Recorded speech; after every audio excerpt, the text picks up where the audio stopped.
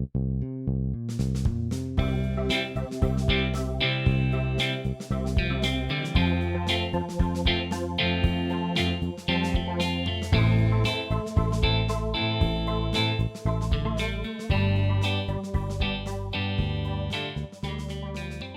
everyone, and welcome to the Social Contract, a Commander podcast. I'm Mike Almond, and joining me is my co-host, Alex Lapp. Alex! What's up, man? Not too much, Mike. We have another set review here for Modern Horizons 2. And to our viewers who are eyes are glazing over, remember, we don't do the usual set review. We do the Group Hug, Chaos Slug, Stacks, Symmetric Social Contract set review. Yeah. We only look at cards that are interesting to us, not interesting to everyone else. Right. Well, the ones that are particularly interesting. Yeah, there's some. Yeah. But like the ones that are particularly interesting to us as this podcast and what we lean into, which is the political field, the much more table involvement field. Like, don't get me wrong, we talked about it a little bit off air as we were getting ready today for the Supercalifragilisticexpialidocious commander. Asmarella, Golgunga, is it Raskolnikov, Expedalidocious? So yeah, see, the thing is, you could be totally off and totally 100% accurate. I was just listening to the Command Zone episode, and Josh quite clearly practiced it because he at every opportunity he was saying it, and he got it right every time.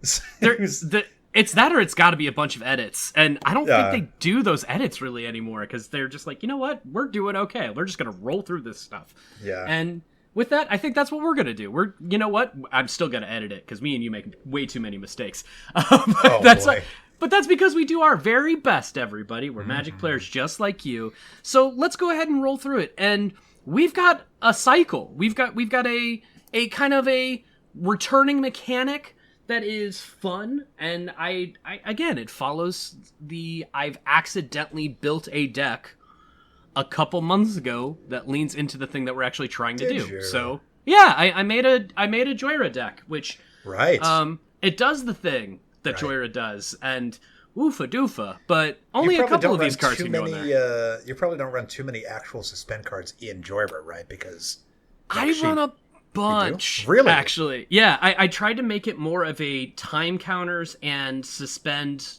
I made it more of a suspend deck with a lot of remove time counters from cards deck. So I got like all of those, and even then, that's not a ton. But if a third of the spells that you can cast are either things that do work with suspend or do affect suspended cards, then yeah, I guess that's part of the theme. So why don't we go into these weird suspend cards, and we can start with the color pie. Sure. Why don't you go ahead and tell me about Resurgent Belief here? Yeah, absolutely, Mike. So this cycle is a suspend cycle, and the commonality between them is that they are all based on other spells, but none of them have a casting cost, Mike. And I don't mean that their casting cost is 0 mana. I mean that they literally don't have a casting cost. They do not have one. Right. And what that means is that you can't cast them through any normal means. There are some ways to get around this. For example, you can cascade into them and then cast them for 0. There are some effects that let you cast a card from your hand without paying its mana cost. You can do that.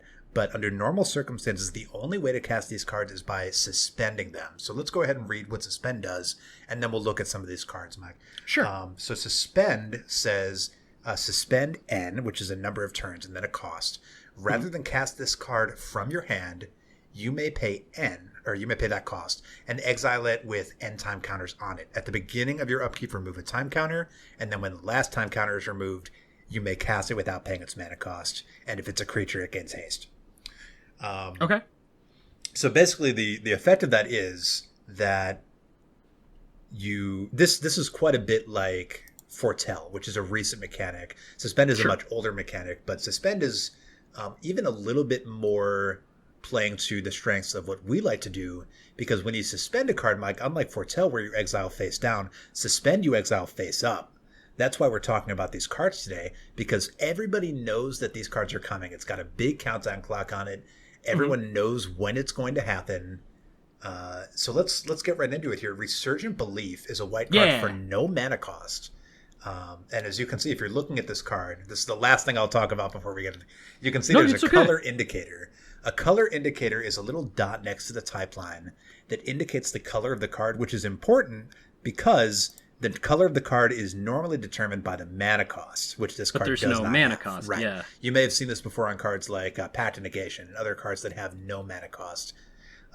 So this is a white card. It has Suspend 2 for 1 and a white. That means that you can exile it as a special action. It'll take 2 turns after this turn, and it costs 1 and a white to do it. It says return all enchantment cards from your graveyard to the battlefield. So this is based... Excuse me. So this is based on Replenish, which is a phenomenal, like it's one of the most powerful white cards ever printed. It's, what is it, like $80 right now? It's the same thing, 3 and a white for the same thing. Reanimating all of your enchantments. We've talked about this before. This is particularly relevant. Now, the reminder text has something, but this isn't, it's only tangentially related. It says that auras with nothing to enchant remain in your graveyard. I want to talk about the auras, Mike, because you know this by now, but not all of our listeners know this. When you reanimate an aura, or when it enters the battlefield through any means other than by being cast, such as with this card, it can enchant things that have Shroud or Hexproof. Yeah, because you're not targeting it. It's just entering the battlefield, enchanting it. It's so gross. It is. It's really gross. Mike, how do you feel about this card? So I have an Enchantress deck. Yeah. This will immediately go in it. Yeah, but this is nasty. But here's the main point of this card, as far as I'm concerned. I have, like, probably 3 decks that I would be happy to slot this into that aren't necessarily Enchantress decks. They are just... This is a very powerful card. It is, yeah. You have to wait a couple turns. It's 2 mana. It's 2 mana. Let's talk about that upside and the downside. So the upside is it's 2 mana. You're right. This is for the actual mana cost, 2 mana. This is extremely underpriced. Yes. However, you're right. It has that Suspend 2, and during those 2 turns, so let's count through that. You cast the spell on your main phase, then it goes around the table. Then your next upkeep, you put 1 time counter on it, or take 1 off. Excuse me. And then you take your whole turn. Everyone takes their turn, and then you take the second one off on your second turn following. And then at that time, you choose whether you want to cast it or not. If you choose not to cast it, it remains in exile forever. If you choose to cast it, you cast it for free, and you have to do it on your upkeep. Yes. Now, so Replenish it's on the reserve list. It's extremely expensive. Yep. And it actually costs more to cast than this, but it doesn't suspend. Right. So the reason why we're talking about this, but I wouldn't be talking about Replenish, is because this has kind of the political edge that we're looking for. You can play this card, and when it resolves, it's not going to be as feels bad of a situation because you've telegraphed your move to everybody else at the table. So they have options. A lot of people were, complaining about this card. They'll say, oh, well, if you play this card and suspend it, then other people will exile your graveyard. I think that's the intended move here. If you give people the opportunity to make moves against you, and they simply don't, then it's not going to be like, oh my God, Mike's deck is so powerful. Look at all the auras he reanimated. It's, well, Mike made a move and we had the opportunity and we just couldn't do it. So I think the big upside for this, other than the mana cost, Mike, is it reduces the feels bad situations. It does, but it does one other thing too. Yeah, what's up? Whenever you put a ticking clock on something for a countdown where it's, hey, if you want to deal with it, you either have to remove my entire graveyard or you have to stop the spell when it happens on my upkeep a couple turns from now.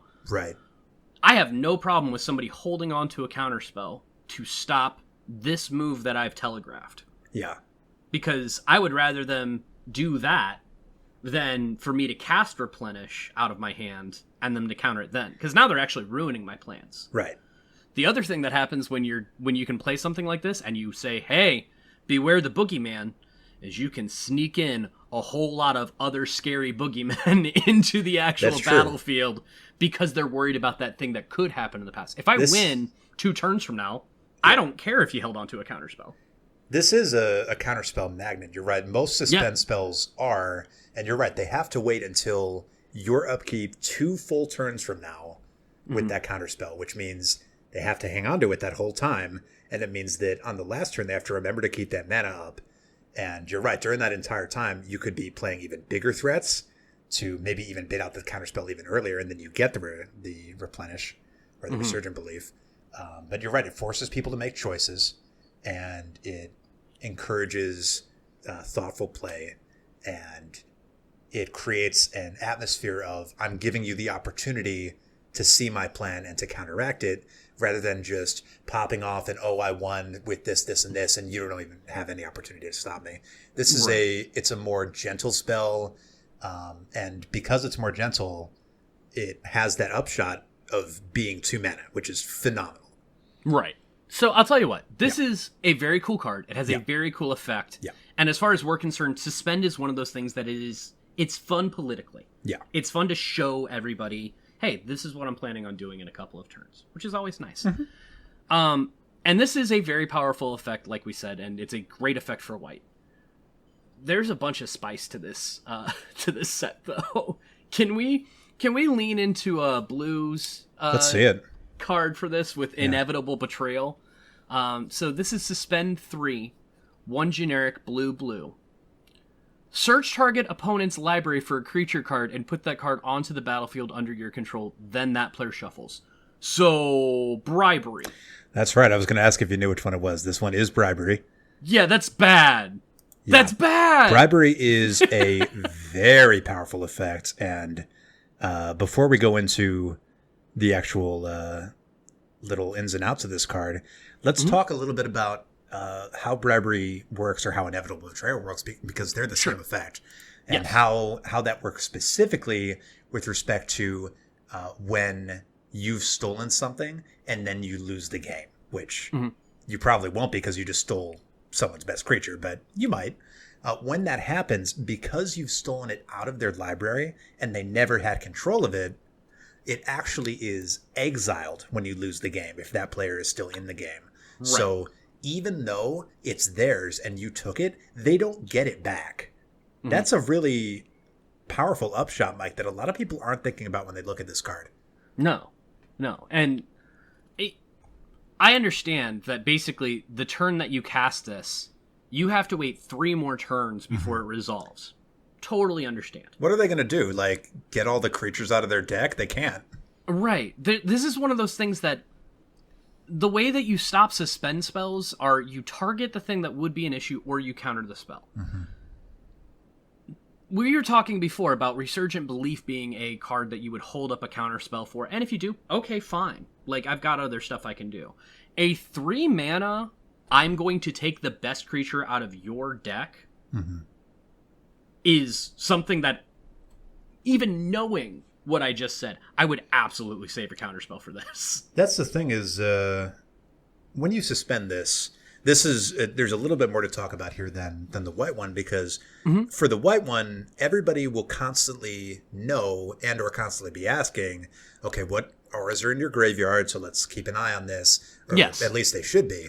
But for this card, there's really no way to keep track of it, because number one, everyone's library is a hidden zone. They can't inspect it. But number two, you don't choose the opponent until you cast the card. Right. So it's basically impossible to defend against this without a counterspell. Let's lean into it and the way that I think you and I like this as well. Right. This is the worst case scenario with this is, hey, let's make a deal. We got to take out this guy. Yeah. Let's go get the best thing out of your deck and just blow him up. Yeah. Jason's going off here. Yeah. We've got to grab something. So who has the best thing for us to basically tutor out onto the battlefield? I'll never use it against you. Right. Something along those lines. That can really, really help this out. Because, yeah, you can go for a random library and just get what you get. But if you cut a deal, people know, I hope they know, what's in their library.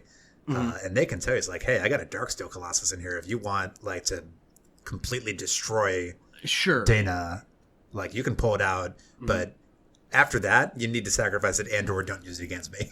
Well, and here's the other thing, and this is why I like this card in the way that it's built. You referenced it earlier. If you take it from somebody's library and then they die, well, then you lost the thing. So the person you want to hit least is the one that you actually target with this. So it's almost encourages. It's an insurance policy. It really is. It's hey, that's ingenious, you and I, for a lot of reasons here, we should make a deal. Yeah. Yeah, because if we kill each other, then like if I kill you with this, I'm gonna lose it. Yeah, you're right. Like that's you don't want to be doing that. So even like you can basically the deal crafts itself. Really, it's right there on the card. This is a phenomenal card. Now it's worth noting this is Suspend 3, so this takes longer to resolve or be cast and resolved than the other one. Just keeping that in mind. These are all extremely expensive on pre-order. The last one was 15. This one's 20. Everybody wants these cards, Mike. They're great. Let's move on to the black one. How about that? Profane Tutor. It's a sorcery for no mana cost. Suspend 2, 1 and a black. Pretty good. Search your library for a card. Put that card into your hand and shuffle. This is interesting. This is ridiculous. Yeah. This is okay. So, like, Demonic Tutor, obviously, top tier, all that good stuff. Of course, right? Yeah. I don't know that there's a lot of better turn 2 plays in black than Profane Tutor. We need to seriously talk about how this synergizes perfectly with the layout of the turn. Let's walk through the turn. So you cast this. You wait 2 full rounds. On your upkeep, you cast it and resolve, and then you go to your draw step and put that card into your hand immediately. No, hold on. Reread the card. You search your library for cards and then put it into your hand. It's even better than you're saying. They're new cards. People need to forgive us. Yeah. It's okay. Reading the card explains the card. So you're going to put it into your hand, and then you're going to draw another card. That's another thing that we haven't quite talked about yet. And it's kind of implicit. And this, you might be like, oh, well, obviously that's how it works. But it's worth talking about. When you are suspending a card, this is a small mana investment in advance. On the actual turn that you cast it, you don't pay anything. So now you have all of your mana available to do whatever you want with this awesome card you just tutored for. Yep. And here's the thing. We talked about the foretell mechanic and how it was nice to get basically a discount. Right. By paying a little bit of mana ahead of time to do something else later. This is a full discount. The suspend mechanic is, hey, either you're getting a really big discount to wait, or you're paying at most the same price that you would be paying to wait a little bit longer. Like a 2 mana tutor 2 turns from now at your upkeep and just put that card in your hand is awesome. That's an amazing ability. Black is awesome at tutoring, and it just got another really, really good one. Now let's briefly have a word about the art here. This is by Richard Ken Ferguson. Richard Ken Ferguson is, of course, famous for having done the art for Dak and Blackblade back in Legends. Yep. And Blackblade Reforged back in, I think it was Dominaria or War. When did that come out? Dominaria. Okay. And then in this set, he made Dak and Shadowslayer. And in this card, it actually is Dak and Blackblade holding the Blackblade. And you can see his style it's very distinctive. He has almost this like splatter effect. It feels very visceral and primal. It's nice. He's an interesting artist. And the other part of it is that the hammer being used to reforge the Blackblade too? Like, is this basically combining all art? It's a very cool one. Who's that off on the side? I don't know who that is. Oh, buddy, I wish I could tell you. Somebody will be able to let us know. Yeah, if you're big on lore, tell us who that is in the corner of Profane Tutor art. Because I know I've heard. I know I've heard who it was, and it was one of those names that I went, oh, okay. Like, I recognized it. Do you think it's Asmorty Vanifar Vest? No, pretty sure it's not. Right. But you know what? That's because Azzy likes to be the chef, and this is different. Right. I'm good with this. Mike, tell me about the red card in the cycle, Glimpse of Tomorrow. Oh, this is in my wheelhouse, Alex. Your wheelhouse, huh? So this is the red one. Suspend 3 for red. Shuffle all permanents you own into your library, then reveal that many cards from the top of your library. Put all non-aura permanent cards revealed this way onto the battlefield. Then do the same for aura cards. Then put the rest on the bottom of your library in a random order. Mike, so this is this nuts. just an auto-include in every Chaos deck now? Well, it's an auto-include in every Chaos deck. You know what else it's an auto-include in?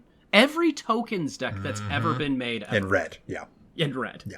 And in fact, there are some decks that I have that have tokens and don't have red, and I went, I could, but maybe not. This is definitely going to try and lean me into doing that more. So you're right. When you have tokens, you're getting a lot of value out of this because the majority of the cards you're going to pull are lands. Yeah. And more tokens means more lands. Yeah. You're going to hit more.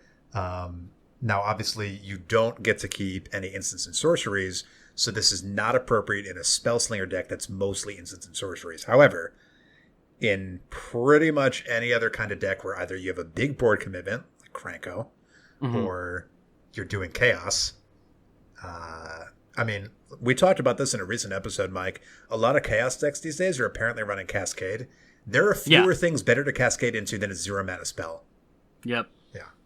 Yep. This is and again, buyer beware. This is one of those cards where it feels weird because basically for this card to do well in a deck, it has to be one of the few you almost don't want to build around it. Right. It has to be kind of like this bonus thing that you can do, or this like... It's like if you have an all-creature deck and then one Primal Surge, that's the best way to play creature deck. And here's the way I was actually looking at it. Yeah. So, my Vivictus Asmati, the Dire deck, is all permanents. Perfect. And it's all permanents because I never want to flip into an instant or sorcery. But what if you put this into it and it's one card that's not... And that's what I'm sitting here doing. And I was like, you know what? I should, but... Oh, man, I don't know. You can just call it your win con, right? Like, you're allowed to have one win con.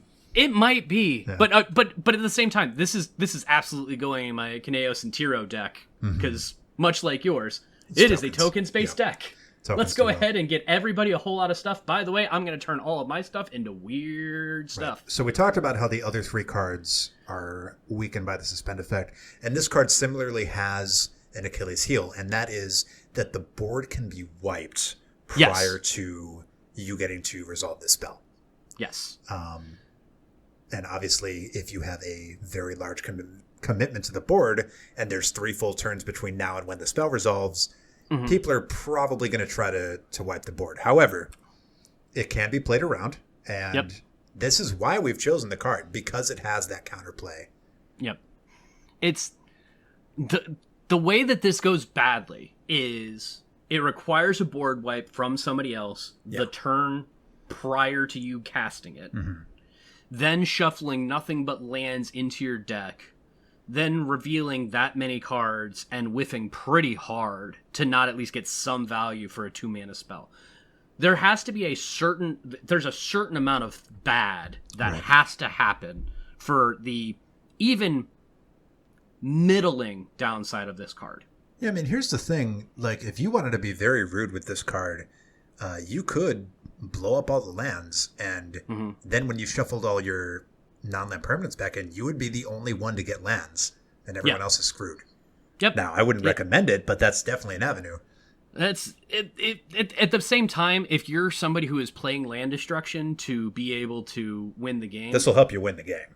It'll help you. I don't know if you build around this card, but this is already going into that deck. Right. I think the real place that this card truly shines, Mike, is in that Chaos deck with Cascade, because you're getting it right away.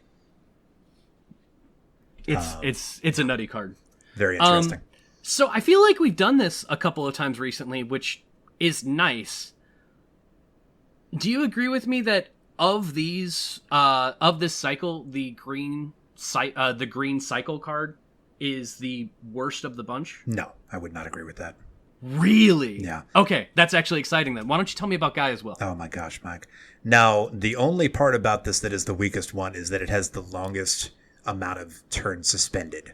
That is very specifically where I was going at. Okay, that's the only way that this is the worst one, because the actual text on the card, Mike, is silly. So Guy's Will is a no mana cost sorcery for Suspend 4 for a single green mana, 1 mana. Yes. Until end of turn, you may play lands and cast spells from your graveyard. If a card would be put into your graveyard from anywhere this turn, exile that card instead. Mike, what is this card based on? I honestly don't know. It's Yawgmoth's Will. Oh! Which is a black card, first of all. Yeah. And it's one of the most powerful spells ever printed in the game. Yeah. How many different formats is Yawg's Will banned in? Let's find out. Yawgmoth's Will is banned in Legacy and restricted in Vintage, Mike. That's how powerful... And it's in black. This is a green card that costs 1/3 the mana. Now, you do have to suspend 4, granted. But it's a color-shifted version that costs less, and it's a functional reprint of a card that is so powerful it is banned or restricted in the most powerful formats in the game. Okay. Now, this is not like going to destroy our format because you have to suspend 4. But when you say this is the worst card in the bunch, I have to disagree with you. So tell me. So, here's my argument. When you look at Resurgent Belief, Suspend 2 enchantments back from your graveyard to the battlefield. Okay, Suspend 2, 2 mana, cool. If that is something that people are going to stop, they've got 2 turns to stop it. There's a couple ways to stop it. You exile your graveyard, you counter it, etc., blah, blah, blah. Inevitable Betrayal, that's something where you can work with somebody, so there's a better chance for it to actually come out. When we're talking about power level of the card, I'm not talking about the power level of the card is the worst. I'm talking about the likelihood of you playing this card and it resolving is kind of double... It's kind of like this two... It's kind of something that I don't expect to have a crazy effect on the game very often for this one reason. Sure. Suspend 4, which means you cast it, and 4 turns after that, 4 upkeeps from now, that is when you're going to resolve it. It is a long time. If you have this spell, and you get to resolve it 4 turns from then, you're already winning the game. Because there's no way that I'm going to let somebody who has this on board survive for 3 turns. Right. We've talked about this, Mike. Like, that's true. Something can be a removal magnet or draw a lot of hate. But something being a removal magnet or drawing a lot of hate is not in and of itself a detriment to the quality of the card. Sure. Now, and that's where I'm going at. You may not want to run this in your deck, but let's say that we're in Magical Christmas Land. You get this turn 1.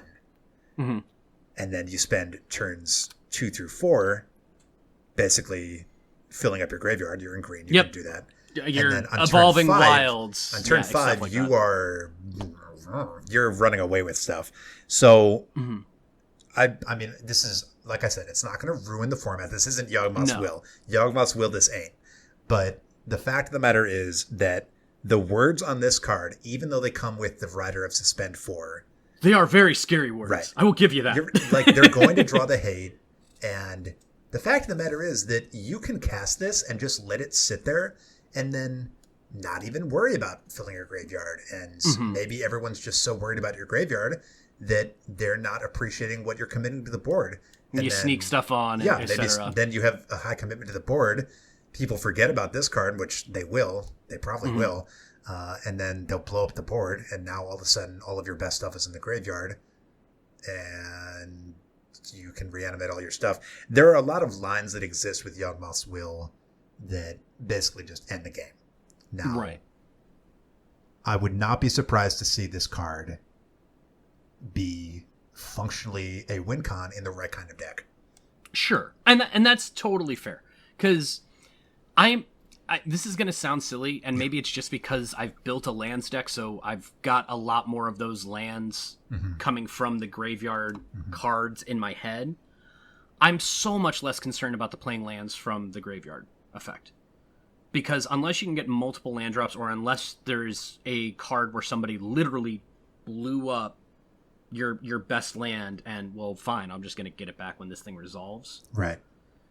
There's a lot of cards that you can just play that say, hey, take all of the cards that you got in your land cards and put them onto the battlefield, or sacrifice this to bring that kind of thing. The casting spells, it kind of depends, I guess, where you're at in the game. For me, the other part of this that I kind of think is a good factor of it, if I'm the one using it, I think I've got board wipe protection at the same time. Because all you're going to really do if you wipe my board and this is played and we're just ticking down the clock, you have to wipe my board, then have an answer for this card that could bring some of that stuff back. It's a powerful card. Comprehensive response, and it demands it for only 1 mana. And I think that's why I'm saying this is a very powerful effect. Okay. But that's the cycle, Mike. How are you feeling about this cycle? It's interesting. I like Suspend. I like Suspend the same reason I like Foretell. It is something where you get to put everybody on notice for some reason and some direction. Right. Whether it's Foretell and you're just putting it down and, hey, I've got something, could be scary, who knows? Or it's something like this and, hey, I've got something, it could be scary, who knows? Let's talk about it. And I dig that effect, and I like that in our format. Right on. Okay, so we've done the cycle. That was the only cycle we wanted to talk about.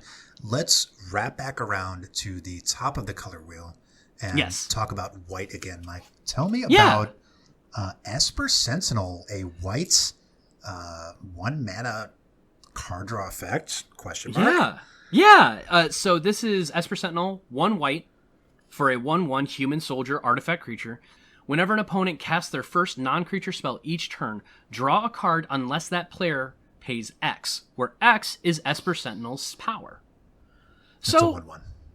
And it's a 1/1. Yeah. So the idea of having a 1/1 for 1 mana that says whenever an opponent casts their first non-creature spell each turn, they have to pay 1 mana, otherwise you draw a card. Yeah. It's conditional, but in white for 1 mana, I'm down for that. Yeah, this is effectively white's version of Mystic Remora. Now, it's nowhere near as powerful as Mystic Remora. However, it's in white, so I wouldn't expect it to be. No. Now, the fact of the matter is that by itself, it's already demanding that you pay the 1, which now it's only for 1 non-creature spell each turn, but this is still quite effective. Now, in a white deck, many white decks are predisposed to +1/+1 counters. And later in the game, when this becomes 3, 4, 5 power, now you're telling people to pay a tax that they cannot afford to pay, which is how Mystic Remora really works. It makes you pay 4. People can't afford to pay 4, Mike. Nobody ever pays the 4. So if you can pump this thing up, I mean, even if you can't pump it up, it's good. But if you can pump it up, this might be one of the best cards in your deck. It might be. And here's the thing. You said +1/+1 counters because that is a white synergy that happens a lot. Right. Totally understand. My mind immediately went to equipment decks. Sure. Because this is an artifact. You're right. So it synergizes with that. It's a 1 mana artifact. There are a bunch of stuff that, hey, you know what? I'm going to put on this 2 mana equipment that gives it +2/+2. Or increases its power just a little bit. Great. Now this thing sticks around a little bit better. Yeah. And more importantly, can you pay 3? Yeah, the difference between asking someone to pay 1 and pay 2 or 3 is... People might be willing to pay 1. People hate paying 2 or 3. And past that, they're just not going to. And the real reason that I like this beyond everything else is I know the diminishing returns of non-creature spell. Yeah. Versus just spell. I get it. But man, you know what control players hate? They hate getting rid of things and also giving their opponents other stuff too when they do so. Yeah, you gotta remember, if people want to remove this, they're playing a non-creature spell to do it almost every time. And they probably don't want to pay extra to do it. Right. So worst case scenario, you're drawing a removal spell and cantripping for 1 mana. Yeah. Okay, let's say this card was pay 1 mana. Yeah. The next time your opponent removes this card, or when this leaves the battlefield, draw a card and take a removal spell out of an opponent's hand. Awesome. Yeah, I mean, that's the worst case scenario, and it's still pretty decent. But, right. I mean, we talked about this. There are cards that provide such small incremental amounts of value. This is one of them that people are loath to remove them. Nobody is going to want to have to remove this. And when they do, boy, that's painful, because you know that there are better things in your deck that they want to remove, like Smothering Tithe, another White of Sun Titan.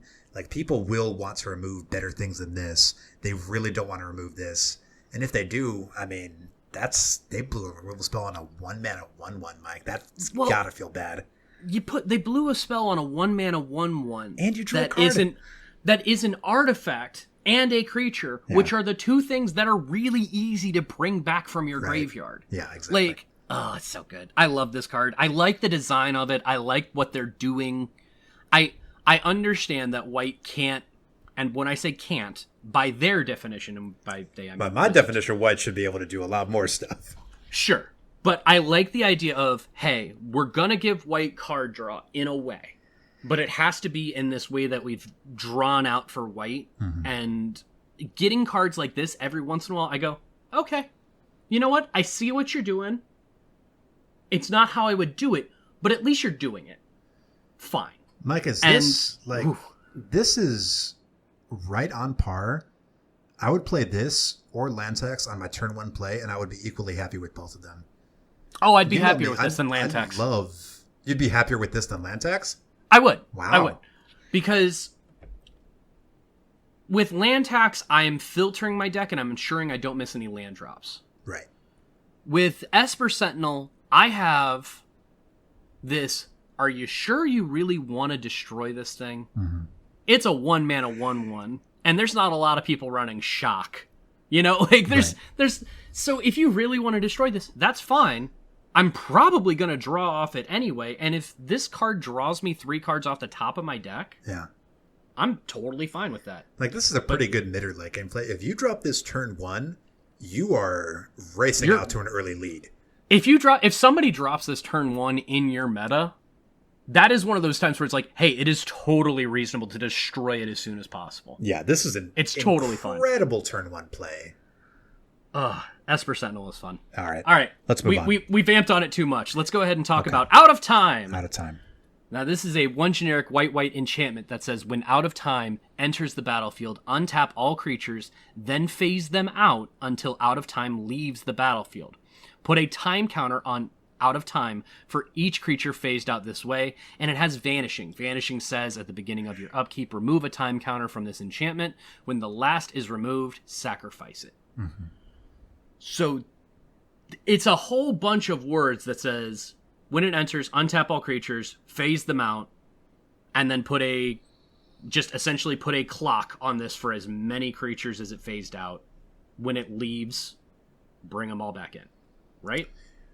Yeah. Now, this is different from giving a creature phasing.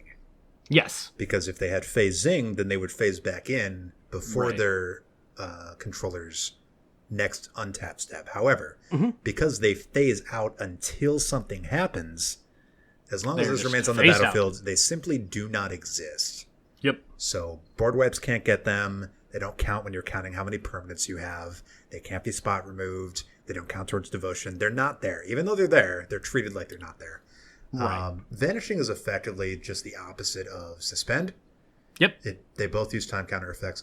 Now, phasing out creatures, this is a very interesting effect. Usually when you're paying 3 mana for an enchantment in white, it's for an effect like this, but it's more like an O-Ring effect, where you exile 1 creature or exile 1 non-land permanent until the card leaves the battlefield. Now, in some circumstances, phasing out is even better than exile, even though they have the opportunity to get it back, because when something is exiled, for example, your commander, you can put it in the command zone and then get it back if you choose to. But when your commander's phased out, you can't put it in the command zone because it hasn't changed zones. So your commander's kind of being held hostage, Mike. Yeah, and here's the other thing with it.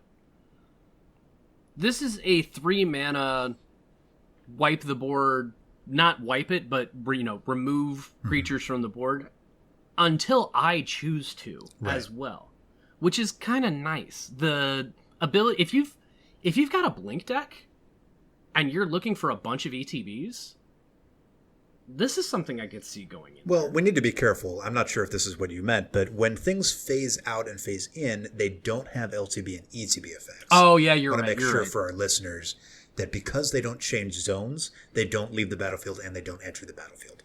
That makes sense. Hey, everything that I just said, ignore that. That's okay. And I said it on purpose because I wanted Alex to clarify that for all of our listeners. He loves when I correct him.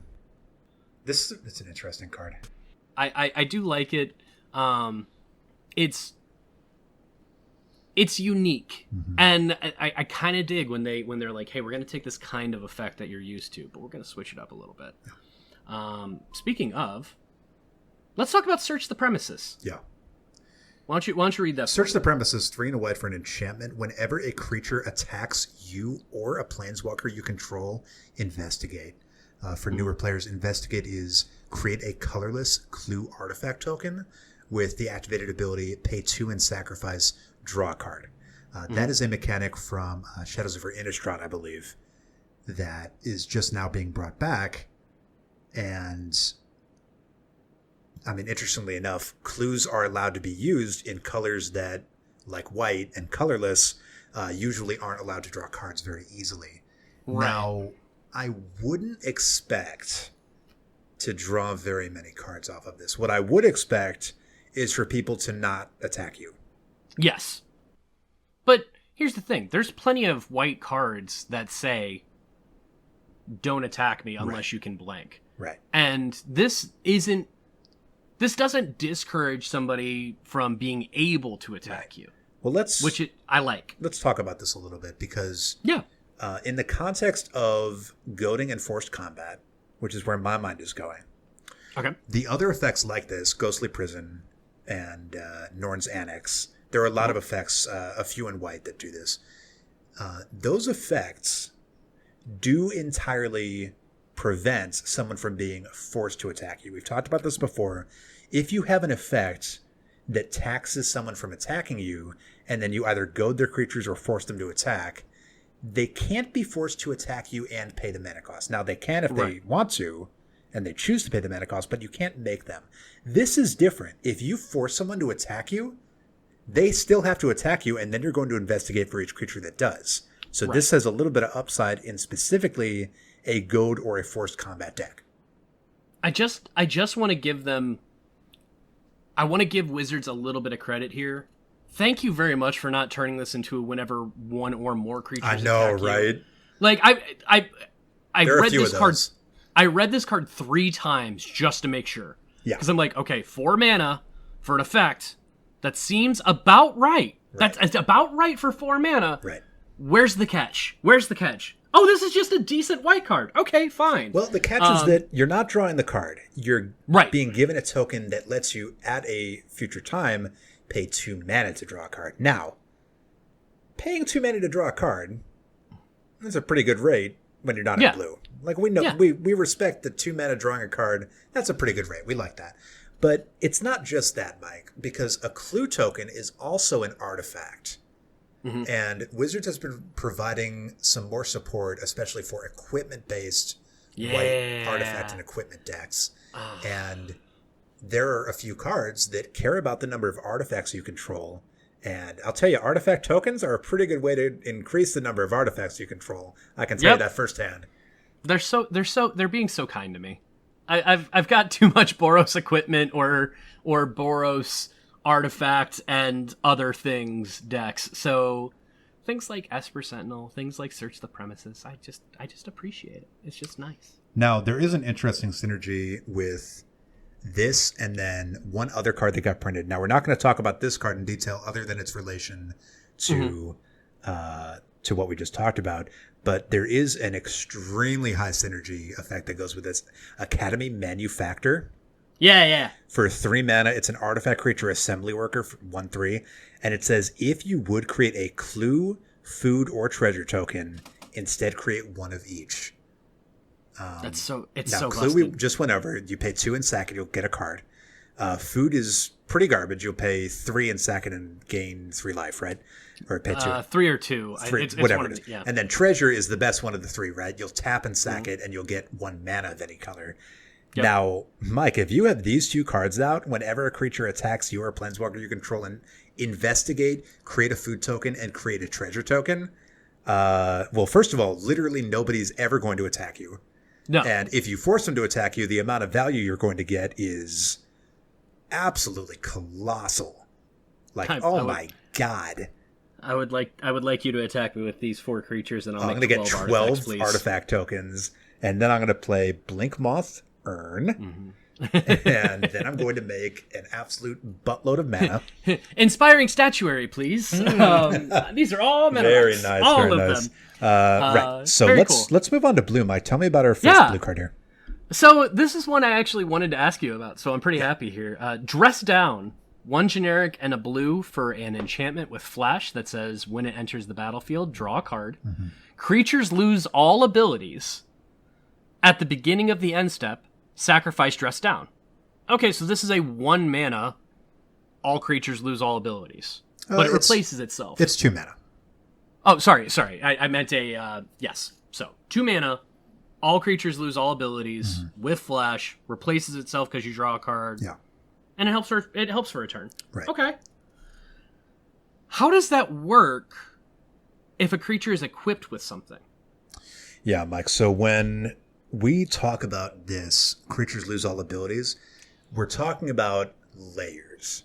Okay. And layers is the shorthand for the interaction of continuous effects in Magic. Now, we're not really going to go super deep on this because layers is perhaps the most complex and just most rabbit hole. The judges spend years studying how layers work. But effectively, the crash course is that there are 7 different layers that apply in order based on what kind of continuous effect it is. When I say continuous effect, I mean an effect that applies to a zone or to an object. For example, creatures lose all abilities is a continuous effect. It's a static ability, continuous effect. And then we have when Dress Down ETBs draw a card. That's a triggered ability. And at the beginning of the end step, sacrifice Dress Down is also a triggered ability. So let's talk about how this interacts. You have a layer for gaining and losing abilities. Sure. And within that layer, if there are multiple effects that apply, first we're going to see if there's something called dependency. Now, this is a whole other thing. We're not really going to get too far into this, but dependency is basically an instant runoff tiebreaker thing that says, okay, we're going to look at these effects, and if one of the effects becomes more effective if you apply it later, then you get to apply it later. This is probably not going to come into play here unless there's some other effect that like gives permanents the ability to be a creature, which there are some of those effects. It's not really going to apply. Sure. So we're going to move on from there to what we call timestamps, which you may have heard before. Timestamps is basically the final tiebreaker, double overtime. This is, you got to go for the 3, Mike. You got to make this shot.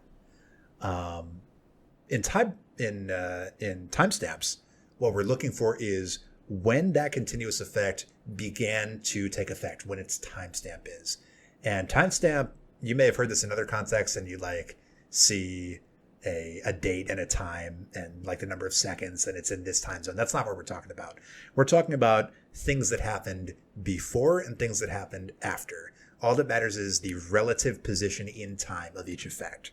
So, to wrap all this up, if something is equipped and then you make it lose all abilities, it is going to lose the abilities that it gained from that equipment. However, if you then equip it with something else, sure, or you unequip it by giving it to a different creature and then re-equip it, now you've introduced a newer timestamp. New timestamp. And because the timestamp is later than Dress Down, it's going to have that ability, even though it doesn't have any of its other ones.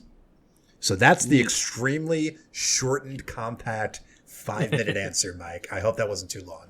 No. I mean, because it's important. And the reason that I was asking is because it fits with the actual art on the card then, where you literally have this soldier who all of their equipment, their armor, their weapons, their shield, like all this stuff is taking it all off. They floated away from them. Yeah. And I was like, oh, okay. I figured that was the case. Yes. I knew if you re-equipped it would be fine. I just didn't know if you kept the equipment on, if that mattered. You do keep the equipment on, but if that equipment gives it any abilities, which most equipment do, it won't have them. Okay.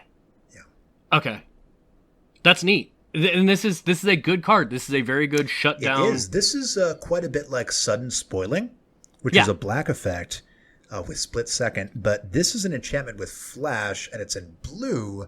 And the reason why I applied this, it's twofold. The first one is it's effectively a non-board wipe that can be used in almost any context. You can use this offensively or defensively as a combat trick. You can basically say, like, oh, this combat is going to be a complete blowout for whichever side I choose. You can put it in somebody else's combat phase. Right. But the other thing you can do, and we've talked about this is an outside the rules of the game action, but you are allowed to reveal cards, you know this, Mike, from any hidden zone that you have access to, like your hand, at any time that you so choose. You are allowed to threaten people with this card and say, hey, listen, you can attack me if you want to, but I'm going to tell you right now, none of your creatures will have any abilities. So all of that awesome stuff that you think you're going to get an attack trigger, no. You think you're going to get a combat damage trigger? You think that you're going to deal infect damage to me? No, infect is an ability, and it doesn't have it anymore. It's a rough card. Yeah. You gotta like it every time that a card is worst case scenario, it saves you. Best case scenario, it wins you the game. It's only 2 mana. Yeah. All right. Let's go ahead and move on to black here with Break the Ice. Black for a sorcery. Destroy target land that is snow or could produce colorless mana. It also has Overload for 4 generic black that says you may cast this spell for its overload cost. If you do, change its text by replacing all instances of target with each, which turns it into a 6 mana destroy all lands that are snow or could produce generic mana. Colorless mana. Colorless. Yeah, Mike, this was clearly designed for Modern. This is a Modern Master set. So it's meant to be printed into Modern, and specifically for those who play Modern, I don't. I understand this is meant to hose Tron, which is a very dominant archetype in Modern that basically relies on the Urzatron lands that just make a ton of colorless mana. However, this is extremely applicable in EDH because we need to have a serious discussion about this. You remember that recently, it was in Modern Horizons 1 that added snow lands again, and then we just got them again. In a recent set, we had snow dual lands, which are lands that tap for 2 different kinds of mana and they're snow. The amount of players running snow lands has never been higher. Right. Pretty much, except for this card and maybe one other card, there's almost no downside to running them. So, lots of snow lands. We'll put that aside. We also have lands that can produce colorless. Every utility land in the game, with very few exceptions, can produce colorless mana. Right. Most of people's strongest lands, other than, the super busted lands like Gaia's Cradle and Serra's Sanctum, most of people's best lands are going to be utility lands. So for 6 mana, you are completely blowing out. And this is the big one, Mike. Snow lands are basics. This destroys basic lands if they're snow. Right. Absolutely brutal. Talk to me. So, this card is weird to me because it's both narrow and extremely broad at the same time. It's a meta-dependent card. Yeah, it really is. And here's the thing. You're gonna be playing against a decent amount of people that have utility lands. Yes. But then how many utility lands are you running as well? It is extremely meta-dependent in that this is a good card depending on who you're playing against. I think that if you play this in your black deck, Yeah. And you're running utility lands, it needs to either be a lands deck or you just aren't running very many utility lands. Right. Like, it's not a bad card by any means. I mean, even as just a 2 black. No, even as a 2 black destroy target snow or utility land, that's pretty solid by itself. This is an uncommon too. Like, we need to put this in context. This is at the power level of a rare card easily. Yeah, but it's uncommon. If you buy a couple of packs of Modern Horizons 2, you're gonna get one of these. The pre-order price for this is $2, and this is one of the best land removal spells we've seen in years. Yeah. No, I've got no problem with it. It's one of those things where it's a weird card, but it's not a bad one by any means.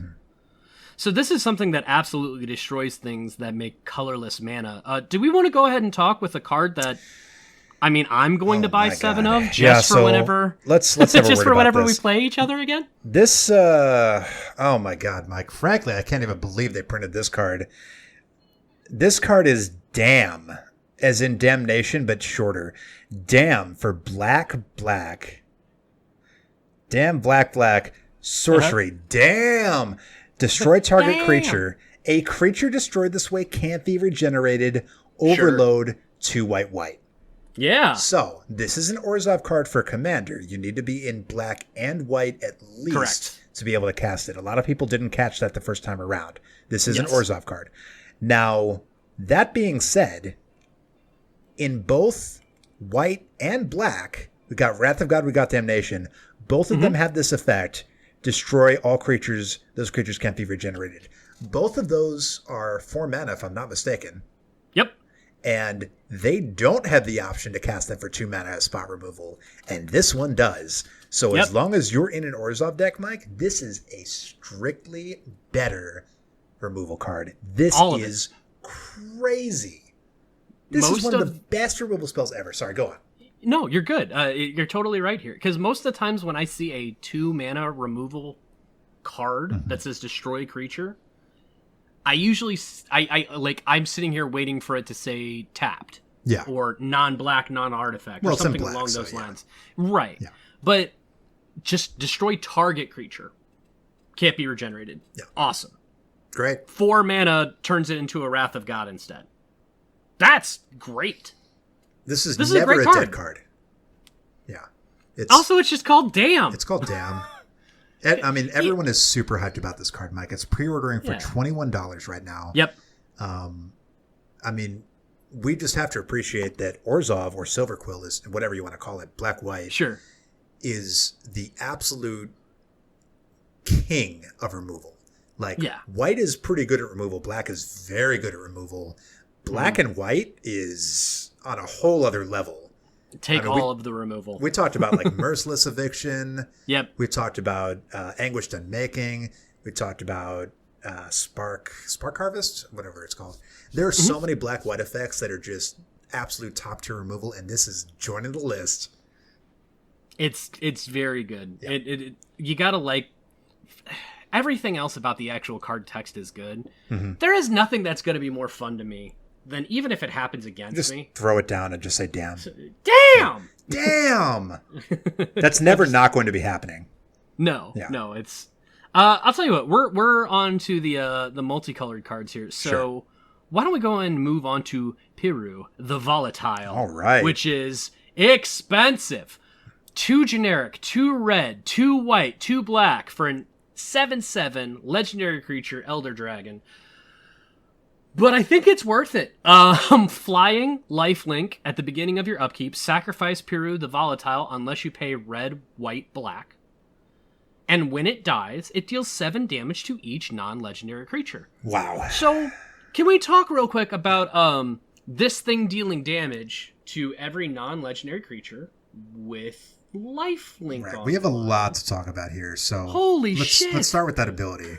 I'm going to edit that part out, but damn. Yeah, so it's going to deal 7 damage to each non-legendary creature, and for each of those creatures, you will gain 7 life. Now, let's count this mana out. It's 2 red, that's 4, white, that's 6, black, that's 8. This is 8 mana, 6 of which is colored pips, and basically you lose the creature unless you pay the FK cost. Now, this is, of course, for those of us who know our Commander and Legends history, this is an Elder Dragon in the exact style of the original Elder Dragons from time long ago. Back when this game was called Elder Dragon Highlander, and the only cards you could have at the helm were the Elder Dragons. Yep. Well, if this card existed back then, it would have been one of them. There was Nicol Bolas and there were all the other ones. Those were all phenomenally mana expensive. They were all 7/7s.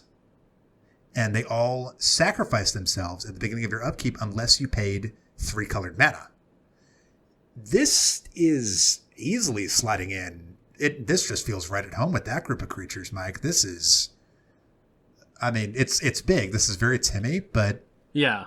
Oh my god. I mean, this is one of the most powerful board wipes ever. I mean... Well, and it's a when you feel like it board wipe, too. Yeah, you could sacrifice this immediately to like Ashnods and make it a 6-mana board wipe. You can put it on the battlefield maybe with haste and attack with it, get some damage in, and then when it dies, you don't even have to wait, right? You can sacrifice it. When it dies, I mean, the board doesn't even have to be that full. Let's say there are 5 other creatures on the board. Yep. It'll deal 7 to each of them, and you'll gain 35 life. Yep. It's not that bad. It's pretty gross. I don't know who. It's kind of silly. If I'm playing this card, I'm playing a graveyard recursion deck. Oh yeah, you don't want to pay 8 for this. You want to pay 0 and then blow the whole board up and get a ton of life. Right. Yeah. But at the same time, like even if you're really really into the idea of making this your like actual, you're going to make this your commander. Totally fine. There are some people who would be extremely happy to have another Elder Dragon. Yeah, and that's what, and I'm talking to you on that, everybody. Yeah. The idea of I'm going to cast this next turn. You know what? I don't feel like blowing up the board. I'll pay my 3 mana. That's the thing. Is this is as long as you have instant speed sacrifice, even if you don't, it's a rattlesnake. It's scary. You know what we say about rattlesnakes? They are extremely effective at getting people to behave in ways that they don't want to behave, at getting people to change their behavior. They're going to commit less to the board. It has a chilling effect, we like to say, and you control when this snake bites. Like this card, even though it's 8 mana, 6 of which colored mana, I mean, I think it's going to see play in Commander. Oh yeah, no, there's plenty of people that will play this because it's an Elder Dragon. There's plenty of people that will play this because, I'm going to reanimate it, so we're good. There's reasons to play it, and I think it's... Oh my god, can you imagine sneak attacking this out for 1 mana, and then it gets sacrificed at the end of the turn? The answer is yes, I can. Just sneak attack is so disgusting on this creature. Let's move on over to... Because that's our only multicolored card other than Damn. Yes. Let's move on to a Stacks piece. An artifact, Void Mirror. This is a very powerful piece. 2 mana for an artifact. Whenever a player casts a spell, if no colored mana was spent to cast it, counter that spell. Okay. So, number 1, all free spells are countered. Yep. Number 2, all colorless spells are countered, which is most artifacts. Yep.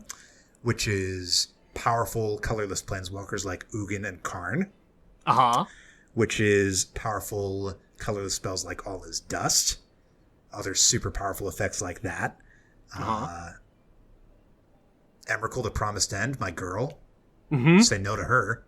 Yep. This single card, Mike, it turns you off. Right. If I were playing... This is a nuts card. If I were playing my Kaikar deck against my Emrakul deck, this would be the silver bullet, right? Like, there's nothing I can do against this. Yeah. This is such a nutty card. Like, 2 mana. As a reference, I would have accepted this card as, that's pretty good, if it was 2 mana for whenever a player casts a spell, if no mana was spent to cast it, counter it. Not even the added effect. Because we had that on Lavinia. If no mana was spent to cast the spell, counter it. But this is even stronger than that, because it just randomly counters any old artifact spell. It basically says, until this is off the board, until this 2 mana stacks piece draws spot removal, nobody can play artifacts. So help me out here, because if I tap a forest to cast a Soul Ring, I'm spending green mana to do that. Right, you are. So this is relevant. You can spend colored mana to cast a colorless spell. Yes. That said, one of the easiest things that artifact decks love to do is they'll use their lands to cast an artifact, a mana rock, for example, and then they'll tap that mana rock to cast another mana rock. Yeah, that's one of the classic artifact deck moves, and it feels great. Like, the turn 1, you've seen this. You play your land, and then tap 1, put on a Soul Ring, tap the Soul Ring, play a Signet. Yeah. Now, that's a phenomenal first turn, but that literally can't happen when Voidmir's on the field. This is a nutty card. It's interesting. Now, you're right. I didn't really consider the fact that you can pay colored mana to cast generic mana spells. However, there are colorless decks. There are a lot of them that, sometimes a stacks piece only has to be a silver bullet for one archetype of deck. And I think that you and I both noticed this. I've seen this on our various communities, on major content creators. I know that on game nights, they regularly feature a colorless deck. And I know more and more people are building colorless decks. People are asking for a colorless precon. People are becoming interested in colorless decks now that there are more colorless commanders. And this is not this is not going to be super efficient stacks piece in every deck. However, I love to see silver bullets because it's just great to see that hard counter. And if I was playing against one or more colorless decks and I'm running a stacks deck, this card is perfect for me personally. Sure. Like, put it this way. If we're playing on a regular game with a couple of other players, right, and you are playing your Emrakul deck, do I wish this card was in my deck? Yeah. This card completely... If you're playing against a colorless deck, this card basically says, just go get a soda. You're done. No. Yeah. It's... Oof, that's rough. It's really rough. Okay. Mike, tell me about... what even is this? Tell me about this. It's land. The best! Yavimaya, Cradle of Growth, legendary land. Each land is a forest in addition to its other land types. Oh boy! Move over, Urborg. Well, don't move over because number one, this land is colorless. Like every land except Dried Arbor is colorless, but it also has a color identity of colorless, which means that this card, even though it has a green border, you can run this card in any deck, even if it doesn't have green. Gross.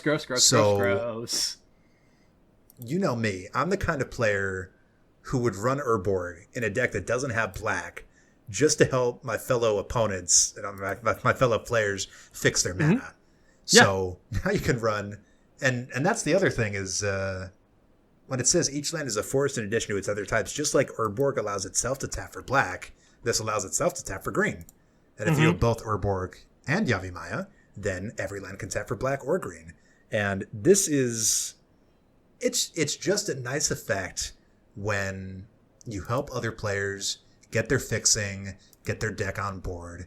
Now, I know a lot of people are looking at this and saying, oh, this is my perfect green fixing. I'm going to run this in every green deck I have. It's just better than a forest. But this is also better than a forest for the purposes of just playing a group hug deck. I think this is going in most green group hug decks, Mike.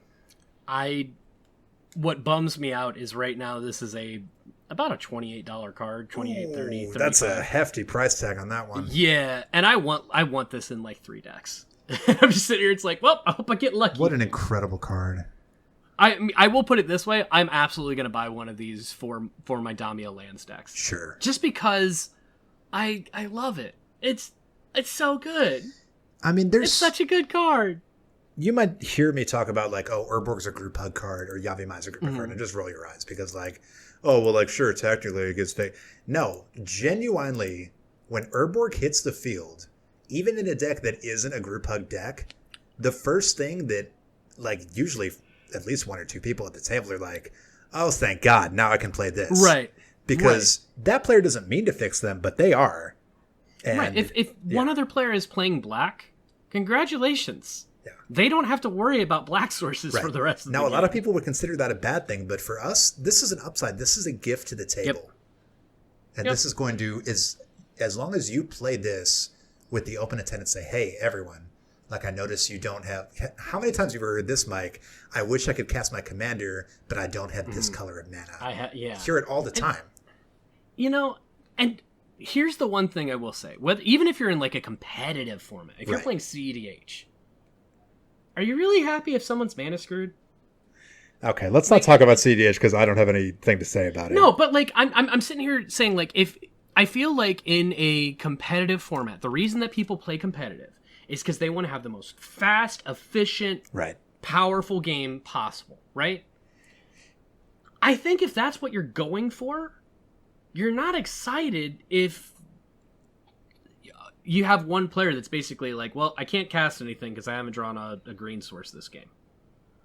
And that's kind of why I like this, because I like those cards. I like the idea of, hey, everybody got green? Yes, you do. Right. I got you covered. Let's go. Yeah, I mean, when I play effects in my Vanifar deck that give people, even a single green mana every turn or 2 or 3. Sure. Even if these players aren't in green, they appreciate the extra mana. And the fact of the matter is that even if they're not in green, there are enough players who play what we call spell lands, which are utility lands that don't tap for mana. This makes them tap for mana. That is a big deal. It's a very cool card. I like this. Yeah.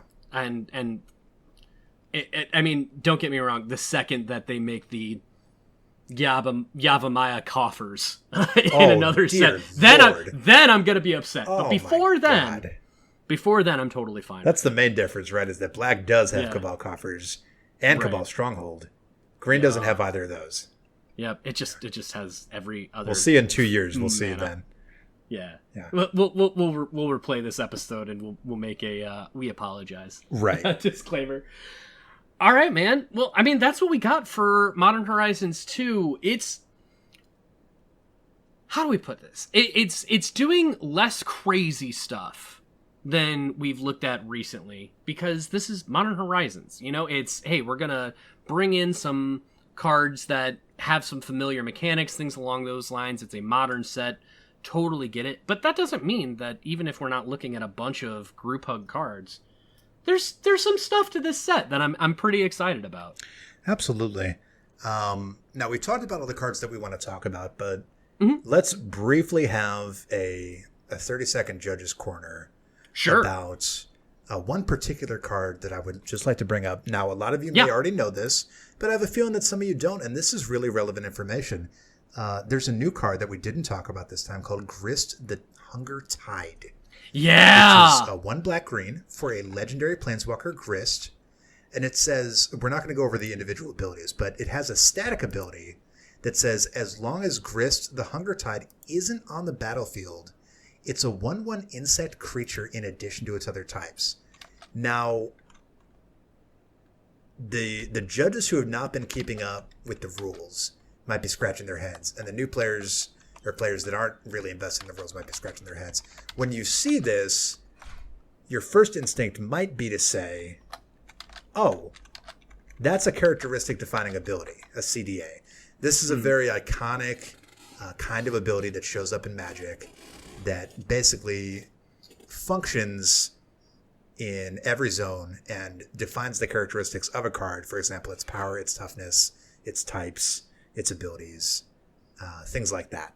However, a characteristic defining ability cannot be conditional. So this isn't a characteristic defining ability. However, we have heard confirmation from Jess Dunks, the rules manager, that when this set comes out, this will be the case. This is a new kind of CDA that they're going to define separately.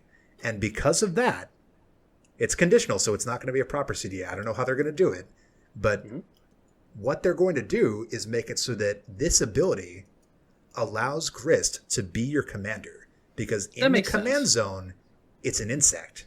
Yes.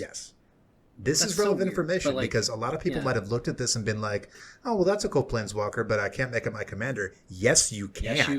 Yes, you can. That's all I had to say, Mike. They're making a special exception, which I get. Yeah. I also get why they didn't put that on the card. It's like, well, why didn't they just Well, the text is this just could be your commander? Because there's a ton of text. Yeah. We're not reading the abilities, but suffice to say, even the first ability itself is already 3 lines long. Yeah. And briefly, wow, this is a $40 card. Can we talk about... Oh my gosh, look at this. Scryfall note, because Grist the Hungertide is a legendary creature, it can be your commander. And they have a link to Sheldon's tweet. Let's look at this alternate art number 306, super art, or borderless, however you want to call it. They all look weird. This one looks like a Phyrexian. It has Kinda. bone and viscera, and I mean, this just looks so cool, Mike. What a cool idea for a planeswalker. It can be your commander, even though it doesn't say it can. This is a nutty card, and it's very good. Here's what you need to know about the card. They're making a special rules distinction, so it can be your commander. Its cheapest version on pre-order is about $40 with 2 alternate card arts. It has 1, 2, 3, 4, 5, 6, 7, 8, 9 lines of text overall, with it spacing out. 3 different loyalty abilities for a 3-mana planeswalker / commander. Right. And they talked about this. Card. They talked about this on the command zone. There's so many different things that can be done with this card because it's a creature when it's not on the battlefield. For example, like reanimating it. Oh God. Yeah. That's good Lord. Okay. Well, that's our Modern Horizon. Yeah, it's thank you for making that point because it's a good special mention. That is our Modern Horizons 2 episode. That set will be coming out very soon. Pre-release has already happened. All the good stuff. Alex, if people have questions about how you feel about the set or judges questions on any of the other weird cards that are in this set, how can they contact you? Absolutely, Mike. You can find me on Twitter at LAPPER Medic. You can just tweet at me or you can DM me. Ask me Rose questions. I'm happy to help. You can also email me directly at alex@edhtrack.com. And if you want something a little, maybe it's a little more conversational, well, you can come and join us in our Discord. We're going to have the link in our show notes. Go there and you can submit cards for the, ooh, can I see that? Which we promise we'll get back to very soon here, but there's always cards. There's just so many new cards to talk about. We've got essentially 3 weeks of episodes before we're going to do another set. That's the other thing. So when our listeners come into our Discord, we have a special Discord channel where our listeners can recommend us who can I see that cards to feature on our segment. And if we do feature it, we will mention you by name. Everybody, you can follow us on Twitter at EDH_social or email us at thesocialcontractedh@gmail.com. We hope that you get the cards that you're looking for. We hope that you have a wonderful time with this set. Go ahead and take a break when you get there because another set's going to come out soon, and I am going to be nuts over that one because I'm a nerd in lots of ways. Until then, we'll talk to you soon.